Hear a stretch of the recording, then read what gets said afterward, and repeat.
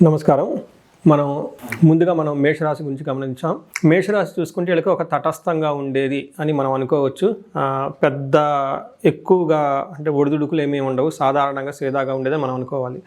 ఎందుకు అంటే వీళ్ళకి ఒక్కటి ముఖ్యంగా గమనించుకోవాల్సింది ఏలినాటి శని యొక్క ప్రభావం వీళ్ళ మీద ఎక్కువగా ఉంది. ఈ ఏలినాటి శని ప్రభావం ఉండటంతో రీసెంట్గా ఈ రాశి వాళ్ళ నుంచి కూడా నెంబర్ ఆఫ్ కాల్స్ ఎక్కువగా నాకు పెరుగుతూ ఉన్నది. దానికి ముఖ్యమైన కారణం ఏలినాటి శని డే బై డే వీళ్ళకి తీవ్రత ఎక్కువ అవుతుందని గమనించుకోవాలి. అయితే ఇప్పుడు ఏవైతే గ్రహాలు మారినాయో, కొన్ని గ్రహాలు అనుకూలంగా కొన్ని గ్రహాలు ప్రతికూలంగా ఉన్నప్పటికి కూడాను వాళ్ళకి పెద్ద అనుభవంలోకి రాదు ఈ యొక్క గ్రహాల మార్పు వల్ల. బట్ ఓవరాల్గా చూసుకుంటే ఏలినాటి శని ఉండటం వల్ల కొంచెం జాగ్రత్తగా ఉండాలని చెప్పుకోవచ్చు. బట్ రొటీన్గా చూసుకుంటే ఈ మంత్ అంతా నార్మల్గా ఉండే మంత్ అని మీరు అనుకోవచ్చు. ఇందులో డీటెయిల్స్ చూసుకుంటే అశ్విని 1, 2, 3, 4 పాదాలు, భరణి 1, 2, 3, 4 పాదాలు, కృతిక ఫస్ట్ పాదం అంతా ఈ యొక్క మేషరాశిలో ఉంటారని గమనించాలి. ఈ పేరు బలం బట్టి మనం చూసుకుంటే చూ, చే, చో, లాలి, లు, ఏ, లా, లో, ఆ అన్న అక్షరాలంతా కూడా ఈ మేషరాశిలో ఉంటారని గమనించాలి. ముందుగా చెప్పుకున్న విధంగా 4 గ్రహాలు ఏవైతే మారుతూ ఉన్నాయో ఈ 4 గ్రహాల యొక్క ఇంపాక్టు ఒక్కొక్క రాశి మీద ఎలా ఉంది అనేది మనకి మహర్షులు లఘు గోచారము, సూక్ష్మ గోచారం అన్న ఒక విధానాన్ని ప్రవేశపెట్టారు. తద్వారా చిన్న చిన్న మాటలతోటి హోల్ రాశి అంతా ఎలా ఉంటుంది అని మనకు చక్కగా అర్థం చేసుకోవచ్చు. అందులో భాగంగా ఎప్పుడైతే సూర్యుడు ఈ యొక్క స్థితిలో ఉన్నారో వీళ్ళకి మనోరుజం, ధనలాభం, ధనప్రాప్తి, విపత్తిం అని చెప్తారు. అంటే మనోరుజం అంటే మానసికంగా కొంచెం టెన్షన్గా ఉండే అవకాశం ఎక్కువగా ఉంటుంది, ధనలాభం ఉంటుంది, అకస్మాత్తుగా ధనం ఇంతకుముందు ఎక్కడైనా కనుక ఆగిపోయి ఉంటే ఆ ధనం వచ్చే అవకాశం ఎక్కువగా ఉంటుంది, విపత్తిం అంటే ట్రబుల్స్ ఎక్కువ వచ్చే అవకాశం ఎక్కువగా ఉంటుందని గమనించాలి. సో అయితే బట్ ఇవి చాలా తక్కువ మోతాదులో మీకు అనుభవంలోకి వచ్చే అవకాశం ఎక్కువగా ఉందని గమనించుకోవాలి. ఇందులో ముఖ్యంగా మీరు తెలుసుకోవాల్సింది ఏంటంటే ఒక్కొక్క గ్రహం ఎలాంటి ఫలితాన్ని ఇస్తుంది అని ఇప్పుడు మనం చూద్దాం. సూర్యుడు చూసుకుంటే 5వ స్థానంలో ఉండటం వల్ల మిక్స్డ్ రిజల్ట్ అని చెప్పుకోవచ్చు. ఫస్ట్ది పాజిటివ్ సైడ్లో మనకి ధన ప్రవాహం వస్తుంది, నెట్వర్క్ బాగుంటుంది, హైయర్ అఫీషియల్స్ని కలవచ్చు, ఇవంతా పాజిటివ్గా ఉంటుంది.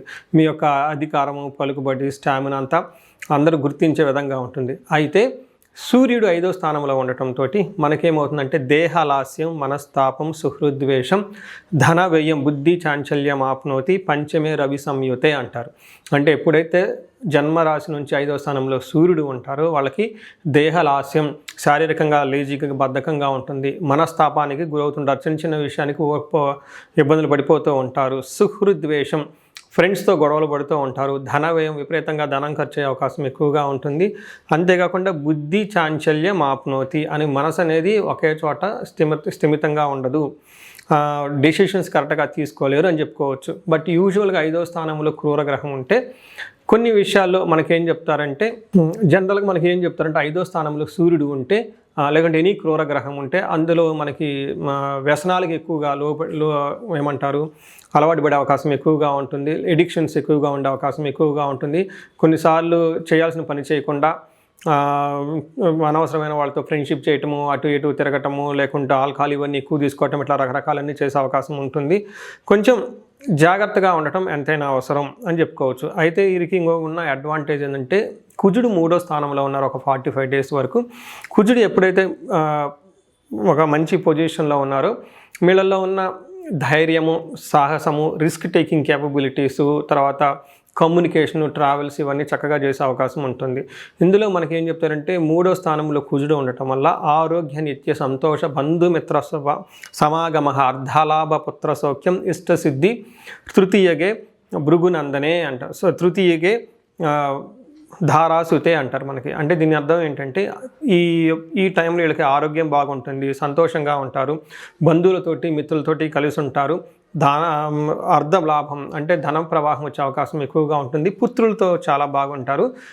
ముఖ్యంగా గమనించాల్సిందంటే ఇష్టసిద్ధి అంటారు. అంటే మీకు ఇష్టమైన పనులు ఇప్పటిదాకా ఏదైనా చేయకుండా పెండింగ్లో ఉంటే ఈ పనులన్నీ ఇప్పుడు చక్కగా ముందుకొచ్చే అవకాశం ఎక్కువగా ఉంటుంది, అనుకున్న పనులన్నీ చక్కగా జరిగే విధంగా చక్కగా బాగుంటుంది.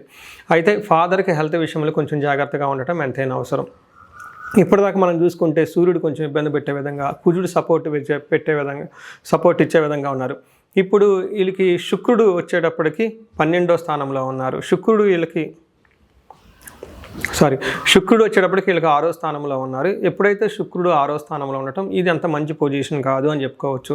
అయితే ఏమవుతుంది, శుక్రుడు 6వ స్థానంలో ఉంటే విరోధ శత్రుపీడాం జ్ఞాతీనాం చ విరోధః ఆయాసో దారై పుత్రై షష్ఠే భృగనందనే అని మనకు సంస్కృతంలో చెప్తారు. అంటే ఎప్పుడైతే శుక్రుడు 6వ స్థానంలో ఉన్నారో శత్రువుల వల్ల పీడ కలుగుతుంది. జ్ఞాతీనాంచ విరోధః అంటే బంధువుల వాళ్ళతో గొడవలు వచ్చే అవకాశం ఎక్కువగా ఉంటుంది.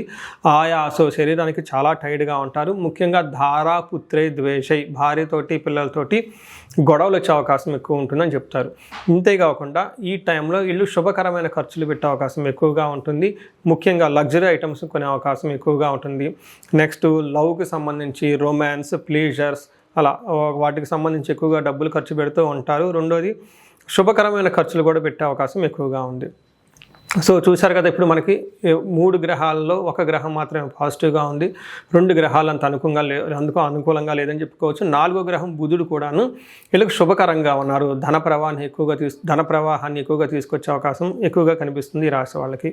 సో ఇది మనం టోటల్గా చూసుకుంటే ఈ 4 గ్రహాలు ఎలా ఉంది అంటే 2 గ్రహాలు ప్రతికూలంగా, 2 గ్రహాలు అనుకూలంగా, అంటే 2 are favourable, 2 are not favourable అని మనం చెప్పుకోవచ్చు. అంటే సమానంగా ఉందని చెప్పుకోవాలి. ఇప్పుడు మనం నక్షత్రాల గురించి చెప్పుకుందాం. నక్షత్రాల గురించి చూసుకుంటే ఇందులో ఉన్న నక్షత్రాలు అశ్విని, భరణి, కృతిక 3 నక్షత్రాలకి ఈ ఏ గ్రహాలు ఎలాంటి రిజల్ట్ ఇస్తూ ఉన్నాయంటే ఇందులో ఫస్ట్ చూసుకుంటే అశ్విని నక్షత్రం వాళ్ళకి కలహము, బంధనము, రోగము అంటే నెగిటివ్ సైడ్లో కనుక చూసుకుంటే గొడవలయ్యే అవకాశం ఎక్కువగా ఉంటుంది. మెయిన్ బంధించబడినట్లు ఉండే అవకాశం ఉంటుంది. ఇది చాలా చాలా ముఖ్యంగా అందరూ గమనించాల్సింది. బంధించబడట్లా అంటే ఫిజికల్గా వచ్చేసి మనల్ని ఏదో చేస్తారని కాదండి, చాలా కన్ఫ్యూజన్లో ఉంటారు. సరైన డెసిషన్ తీసుకోవడానికి ఇబ్బంది పడిపోతూ ఉంటారు. ఇండియాలో ఉంటే బాగుంటుందా, యూఎస్లో ఉంటే బాగుంటుందా, బిజినెస్ చేస్తే బాగుంటుందా, బిజినెస్ చేయకపోతే ఏం బాగుంటుంది, ఇలా ఒక కన్ఫ్యూజన్, క్లారిటీ లేకుండా అవకాశం ఎక్కువగా ఉంటుంది. దీన్ని బంధనము అంటారు, గుర్తుపెట్టుకోవాలి. అలానే హెల్త్ కాంప్లికేషన్స్. రాత్రి ఈ షూట్కి ముందు రాత్రి ఒక ఇన్సిడెంట్ జరిగింది. ఒకళ్ళు యూఎస్ నుంచి ఫోన్ చేశారు.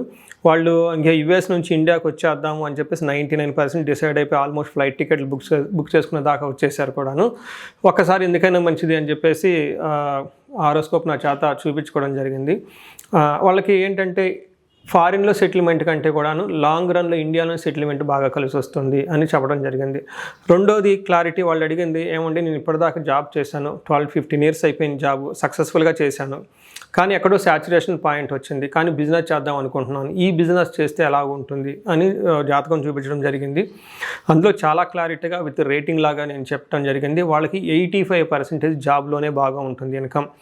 రెండోది వచ్చేటప్పటికి వాళ్ళకి ఓన్ బిజినెస్ ఇండిపెండెంట్గా చేస్తే అందులో సక్సెస్ అయ్యే ఛాన్స్ ఓన్లీ 65% మాత్రమే ఉంది.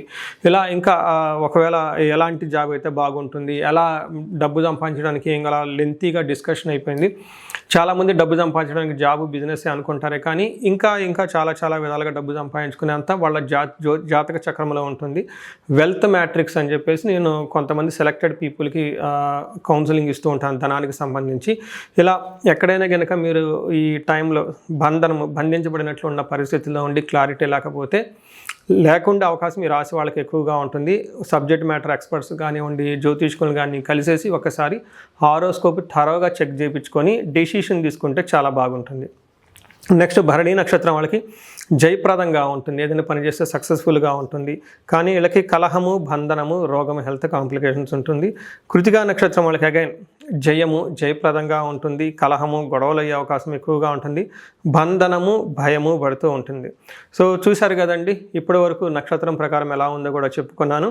అయితే కొంతమందికి అనుకోని విధంగా కొన్ని ప్రాబ్లమ్స్ వచ్చే విధంగా ఉంటుంది. అందులో అశ్విని, భరణి, కృతికా నక్షత్రం వాళ్ళకి బుద్ధి నాశనం, అంటే మీరు క్లారిఫికేషన్స్ ఏదైనా కనుక అంటే ఏం చెప్తారు, ఆన్లైన్లో ట్రాన్సాక్షన్ చేసేటప్పుడు, మనీ ట్రాన్సాక్షన్ చేసేటప్పుడు కొన్ని ఇంపార్టెంట్ డెసిషన్ తీసుకునే ముందు రాంగ్ డెసిషన్ తీసుకునే అవకాశం చాలా ఎక్కువగా ఉంది. ఇది గమనించుకొని చాలా wait and see with facts and figures verification తోటి చక్కగా డెసిషన్ తీసుకోవాలని చెప్పేసి కోరుకుంటున్నాను.